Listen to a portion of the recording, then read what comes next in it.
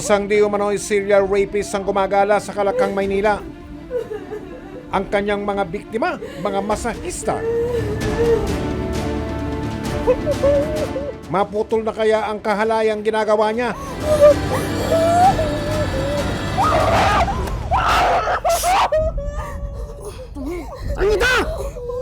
Isang lalaki ang nambibiktima raw ng mga massage therapist sa Metro Manila. Ayon sa mga biktima, pinagnanakawan at pinagsasamantalaan sila ng sospek. Ang mga naloko umabot na ang bilang sa 20.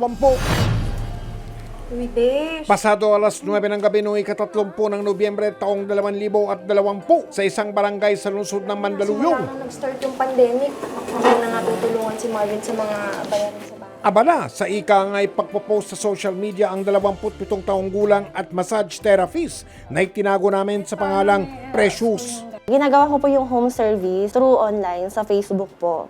So may mga page po akong mga sinalihan. Looking for ako ng mga kliyente na masakit na talaga yung katawan. Matinong trabaho po yung pinasok ko para po sa mga anak ko. Maya-maya, nakatanggap ng mensahe si Precious sa kanyang telepono. Senendan ko po siya ng form, which is yung name, kung saan ko siya imamassage, number niya. Sinabi ko rin sa kanya na may transpo fee. Sige sir, 1,850 lahat ha. Tapos sabi niya, sige walang problema. Binalik niya sa akin yung form, nandun nakapag-fill up na siya. Yun po, yung ipinangalan niya is Robertson Bautista. Bago siya umalis ng bahay, nagkausap pa raw sila ng kliyente sa telepono at pinili nito na sa isang apartel sa Cubao, Quezon City sila makita. Tapos, sagot niyo na po yung bayad sa kwarto. Sure, no problem. Sige. Sige, text na lang kita kung saan ako naka-check-in, ha? Sige po, sir. Thank you. Sana matanggal yung stress niyo sa katawan siya yung lamig sa katawan. Ay, teka, sir. Payment first policy lang po tayo, ha? Okay lang po ba? No problem. O, sige. Text na lang, okay? Sige po. Thank you po. Medyo kinakabahan ako, pero tumuloy ako kasi iniisip ko, nung gabi na yon, pag natapos ko yung trabaho kong yun, meron akong papadala sa anak ko kinabukasan.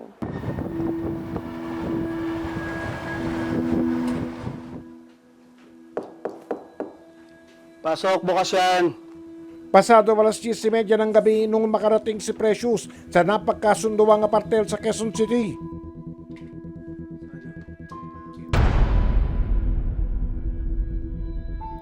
Sabi niya sa akin, ang tagal mo naman, kaya na pa kita inaantay. Sabi ko, ikaw naman sir, 10:30 yung usapan natin.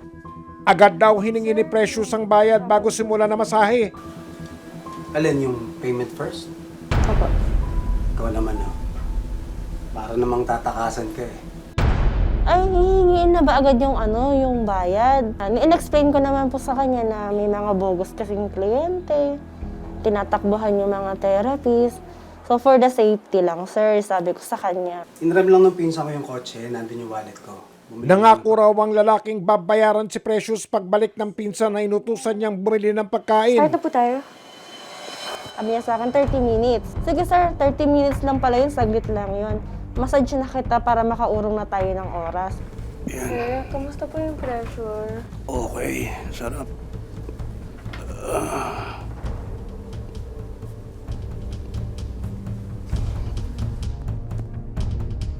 Makalipas ang 30 minuto, hindi pa rin bumabalik ang sinasabing pinsan ng lalaki.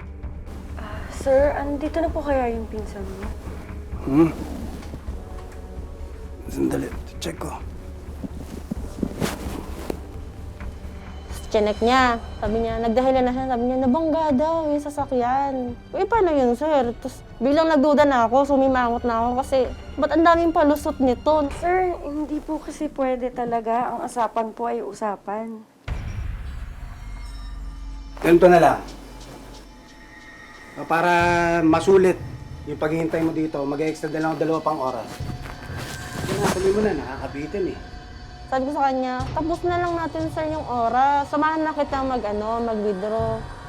Kung gusto mo mag-extend ulit, balik na lang tayo dito. Total, 24 hours ka dito, sabi mo sa akin. Hindi kasi pwedeng palabas-labas eh. Sabi niya gano'n, ang dami niya ng dahilan. Sasamahan kita mag-withdraw ngayon. Tapos kung gusto niya talaga mag-extend, edi balik na lang tayo po dito. Delikado yung sinasabi mo, tsaka hindi Sa pwede huli, dito yun. nagkasundo naman daw sila kung paano siya babayaran ng lalaki. Kung cash app na lang po, i-forward ko na lang yung account number. Sige, ganun na lang. Okay lang ba? Please, tuloy mo na, nakakabitin eh. Sabi niya sa akin, sige, ipapasan ko na lang sa pinsan ko. Ang hindi alam ni Precious, kapahamakan na pala ang sunod na naghihintay sa kanya.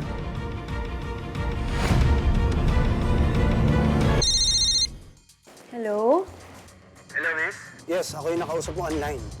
Pasok, bukas yan. Sa isang apartel sa Cubao, Quezon City, nakasundong magkita ang masahistang si Precious at isang kliyenteng napakilala na si Robertson Bautista. Sir, follow ko up lang po yung bayad. Pero lingid sa kaalaman ni Precious, isang matinding panganib ang kakaharapin niya. Ayon kay Precious, habang hinihingi niya ang bayad sa lalaki, bigla nitong kinuha ang isang kutsilyo at itinutok sa kanya. Sige. Sige. Sumigaw ka. Laslas niyang leeg mong lentika. Dito na siya pinagnakawan ng lalaki. Huwag mo sumigaw. Yung pera po na nakuha niya sa akin, 4,350. Yun po yung laman ng wallet ko. Wala siya sa akin tinira kahit magkano. Bad. Sir, wala akong ganyanin, sir. So ayun, sabi niya sa akin, hubad ka muna, titikman muna kita. Matapos ang ginawang masahe ni Precious sa isang kliyente, laking gulat niya na sa halip na bayaran siya, tinutukan siya ng patalim at pinagnakawan. Ang mas masaklap, ginahasa din naman siya ng suspect. Kwento ni Precious, dahil sa matinding takot, hindi na niya nagawang manlaban. Huwag ka mag-alala. Hindi ka naman bubuntis eh. Batak na batak ako ngayon.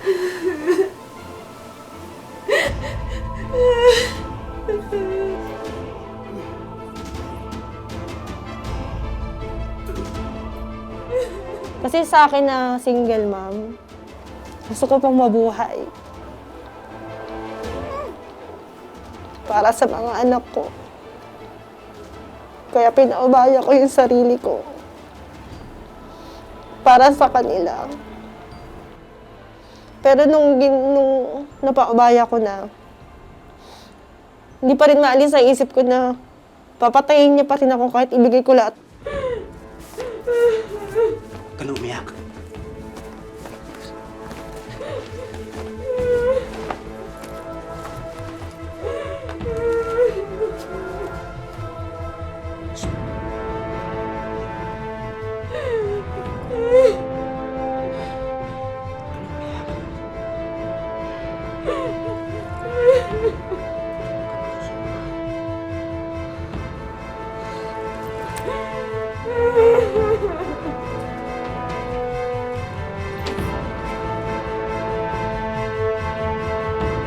Hindi ko na po siya hinabol na nung pagkatapos nung nangyari kasi natakot ako kasi baka mamaya may kasama siya sa labas. Sir, asa po yun? Matapos nito, agad daw siyang nagtungo sa receptionist ng apartel para ipaalam ang ginawa sa kanya. Sir, tulungan niyo po ako. Nanakawan ako ng cellphone tsaka ng pera. Ha? Sige po. Sabi ko, kuya, hinold up ako nung lalaking yun. Tapos nirape pa ako, gano'n. Baka pwede mo akong tulungan. Pasado alas 12 naman na madaling araw noong 1 ng Disyembre nitong nakaraang taon. Anong ginawa niya sa'yo? Sumunod na dumulog ang biktima sa impilan ng pulisya sa Cubao, Quezon City. Nung nakuha niyo po yung cellphone ko tsaka yung pera ko, pinaghubad niyo ako. Ginahasa niyo po ako. Nag-report po agad ako. Then sinabi ko lahat ng nangyari. Na-hold up nga ako, nagnahasa ako. Binigay ko po yung pangalan ng suspect na Robertson Bautista. Agad tinungo ng mga pulis ang apartel kung saan nangyari ang krimen. Sad to say, wala silang CCTV. Lahat ng possible na makita dyan sa kalsada, sa labas, kasi may CCTV, nag-check din kami sa barangay for possible location or malocate man lang kung saan lumiko. Wala na kaming nakita.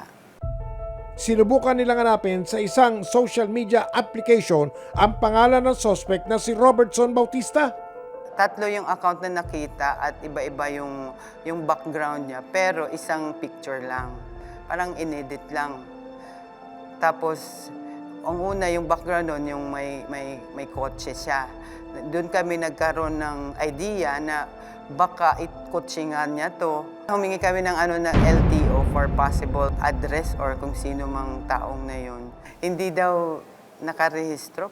Lumalabas sa investigasyon ng mga otoridad na gumagamit ng iba't ibang pangalan at katauhan ng suspect sa social media. Nakita namin yung mukha niya, the same as yung other account, pero ibang pangalan ang nakalagay.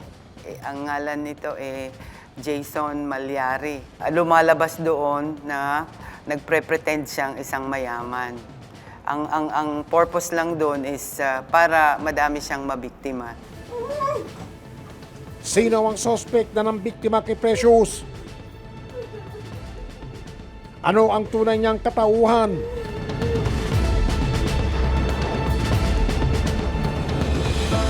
Anong ginawa niya sa'yo? Nung nakuha niya pa yung cellphone ko, tsaka yung pera ko, pinaghubad niya ako.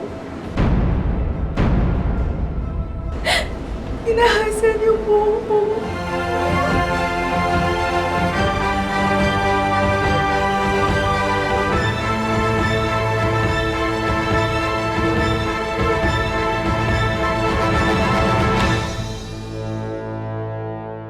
Natuklasan ng mga otoridad na umabot sa 20 ang bilang ng mga therapist na nabiktima ng sospek.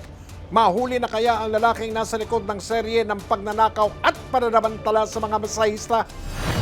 Ayon sa mga otoridad, noong 1 ng Disyembre nitong nakaraang taon, sinubukan nilang padalhan ng mensahe ang iba't ibang social media account ng sospek. Sinasabi namin na pakibalik na lang yung cellphone kahit yung pera sa'yo na lang.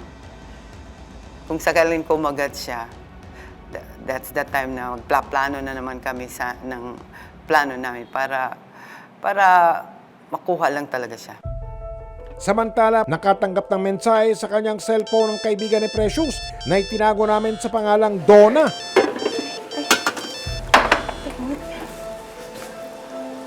Besh, baka gusto mong rumakit. Magkita tayo ngayon sa motel. Ay, naku, Beshi! Thank you, Lord! Nirakit na rin ako!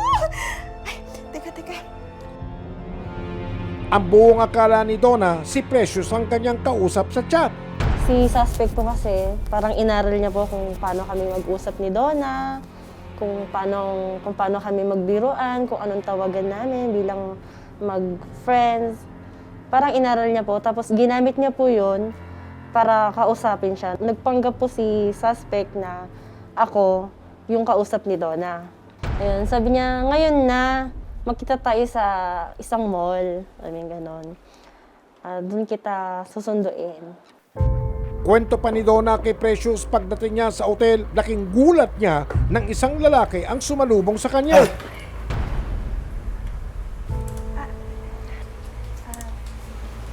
Sir, andyan ba si Precious? Si Precious, nasa kabilang kwarto po, may minamasahe pa. Ay, hindi na ho. Puntahan ko na lang. Hindi. Sige na, dito mo na hintayin. Hindi na. Matatapos na rin yun. Sige na, huwag ka na mahiya. Sige na, pasok na. Sige na, huwag ka mahiya.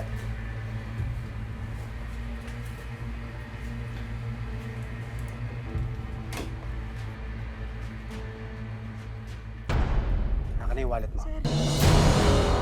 Akin ang wallet mo at saka cellphone!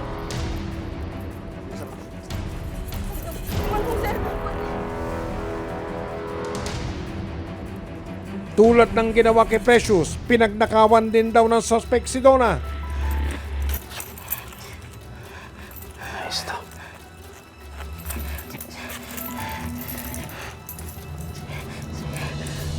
Ano pa yung ginagawa mo siya? Ano ginagawa mo?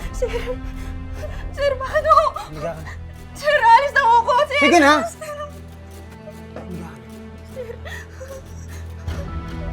Gusto mo itara ko to sa'yo?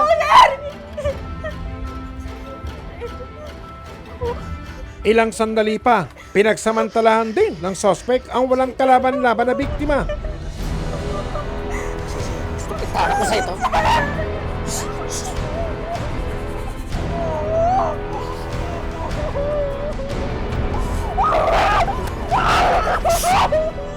po sa akin ni Donna, kinuha muna yung mga gamit niya, lahat ng importanteng gamit. Pera, cellphone, yung mga vape niya, at kung yung mga importanteng gamit na pwede pang ibenta. So yun po, ginasa din siya.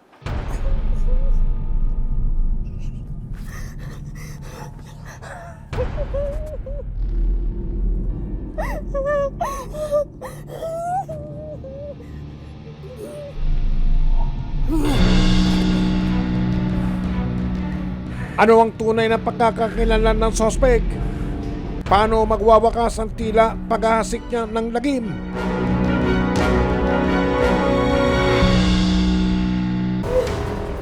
Ang magkaibigang Precious at Donna parehong na biktima ng isang sospek na gumagamit ng iba't ibang katauhan at pangalan sa social media.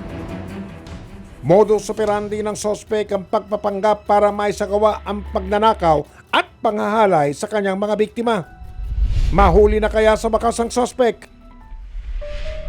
Pasado alas 9 ng gabi noong ika-2 ng Disyembre, hindi inaasahan ni Precious nang muli siya makatanggap ng mensahe mula sa sospek. Sabi niya po sa akin, susoli ko na yung phone mo, kita na tayo. Nangingi siya sa akin ng pera, actually 2K yon.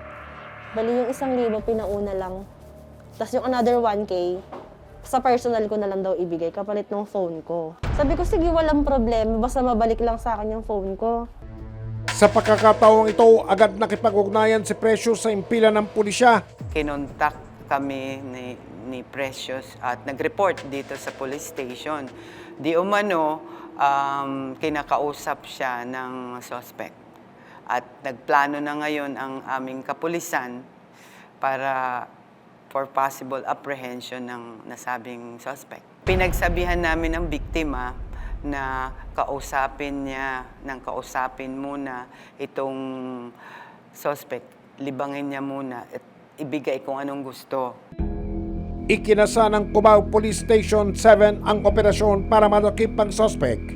Sa private car, ang nandoon ang biktima, ang operatiba na naka-plain clothes, ang chief ng aming SIDMS.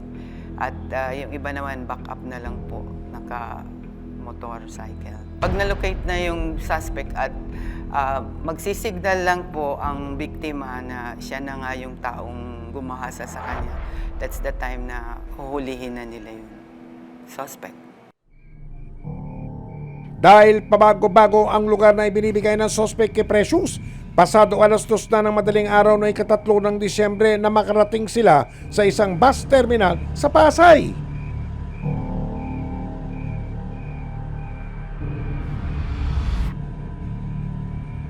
Nung nasa Pasay na po siya, nag-video call po siya sa akin. Sabi niya sa akin, nandito ako sa isang convenience store. Basta pagdating mo dito sa Pasay, pumunta ka doon sa bus station. Doon tayo magkita. Nang makita ni Precious ang suspect na nakatambay sa labas ng terminal, agad niyang itinuro ito sa mga otoridad. Sir, ayun po siya. Siya yun. Positive yung suspect. Naka-block. Nagsa-cellphone siya. Yes sir, copy sir. Tinuro ngayon ng biktima na siya nga yung taong gumahasa sa kanya. Right away, yung mga ating operatiba, ang grupo, kaagad na ito hinabol yung suspect. At sabi ng kapulisan natin habang hinahabol ang suspect, hold up here, hold up here. At yun, nag-catch siya ng atensyon ng mga taong bayan at tumulong sa paghuli. Ayon sa mga otoridad, pinagtulungan bugbugin ng taong bayan ang suspect. Habang binubugbog siya ng taong bayan, inawat sila ng kapulisan at inaresto na ito. Saan na yan? Naaresto ka namin sa salang panggagahasa at pagnanakaw. Ikaw may karapatan manahimik kung sa walang kibo. Ano man ang iyong sasabihin ay maaaring gamitin pabor o laban sa iyo sa hukuman. Ikaw ay may karapatan kumuha ng sarili mong tagapagtanggol ayon sa iyong napili. At kung wala kang kakayahan, ito ay pagkakalob ng ating pamahalaan. Naunawaan mo ba ito? Sagot! Opo, sir. Nung nahuli na po siya ng mga pulis, hindi na po sa akin hinarap kasi pumasok po agad ako ng taxi noon. Sabi ko ayoko po siya makita kasi natatakot pa ako. Sa presinto ko na po siya nakaharap. Totoo ba? Nang dali ng suspect sa impila ng pulis, umamin daw siya sa pagnanakaw at panggagahasa sa mga biktima. Ano sa kanila? Na-rape ko po, tsaka pinagnakawan ko. Sige na, pasok niyo na yan. Inamin niya na trip-trip lang niya at dahil sa nakabatak nga siya, inamin niya na yung ginawa niyang panggahasa, pag-hold up sa mga biktimin niya, lalong-lalo yung mga masahista, ay trip-trip lang daw niya. Pero sa kalaunan, iniiba na naman niya yung kanyang statement, paiba-iba. Dahil sa pabago-bago ng isip niya, hindi na namin siya nakunan ng extrajudicial confession. Natukoy na rin ang tunay na pagkakakilanlan ng sospek. Kinilala siya si Marianito Santa Maria, 27 taong gulang at nakatira sa lungsod ng Pasay. Matapos makipag-abulan sa mga pulis sa Pasay, tuluyang napasakamay ng mga otoridad ang sospek na si Marianito Santa Maria. Kasong rape at robbery ang isinampalaman sa kanya. Wala kaming na-recover na mga gamit na kinuha ng suspect sa mga biktima except for the cellphone ng suspect. At naka-ano yan dito, naka-hold dahil sa baka may makuha pa kaming ibang ka-transaction niya. Ginagamit po yan para malocate yung ibang victim. According to sa kanyang previous na interview sa kanya, sinasanla niya yung ibang cellphone. At yung iba naman, yung ibang other wallet, pag nakuha na yung pera niya, tinatapon na lang nila sa ibang lugar. Noong araw din yun, ika-3 ng Disyembre, sa Campo Karingal, iniharap ang sospek sa media pero tumanggi siyang magsalita. Ang pangalan ng Marianito, chinek namin, pero wala namang kasong nakaano sa kanya. Wala kaming record na previous case niya. Humarap naman sina Precious at Donna sa media at inilahad ang kanilang mapait na sinapit sa kamay ng sospek. Nung tinanong na po siya ng mga pulis kung naghahasa, doon po narinig po niya mismo na lumabas sa kaibigan ko, sa bunganga ng kaibigan ko na ginahasa din siya. Kaya hindi po nagsampa ng kaso si Donna kasi ayaw na po niya malaman ng mga kamag-anak niya na gano'n yung nangyari sa kanya. Matapos mahuli ang sospek, lumutang ang may 20 massage therapist na biktima rin umano ng sospek. Nagsampa sila ng kaso sa kanilang mga lugar. Si Donna, in-advise namin siya to file a case doon sa AOR na pinangyarihan niya. Belong sa Station 2 yun. So far, sa ngayon, hindi pa siya naglumulutang. We're still waiting. Kasalukuyang nakakulong ang sospek sa custodial facility ng Cubao Police Station. Sa mga nabiktima ni Santa Maria Marianito, ito na po yung pagkakataon ninyo na lumutang para lalong madiin ang itong suspect na ito. Makakatulong kayo para magtutulong-tulong tayo para madiin lalo ito. Kung totoo kasi gusto ko talaga mabulok ka na lang sa kulungan eh. Kasi once na nagawa mo na yung isang bagay na yan, alam ko uulitin mo ulit yan. Nangako si Precious na hindi pababayaan ang kaso hanggat hindi napaparusahan ng sospek. Hindi pa ako aatras sa kaso, hindi pa ako aatras talaga. At saka para po sa mga ibang gumagawa ng kagaya ng ginagawa ng suspect. Para po naman meron silang lesson na mapulot na hindi lahat ng mabibiktima nyo ay walang lakas na loob para labanan kayo.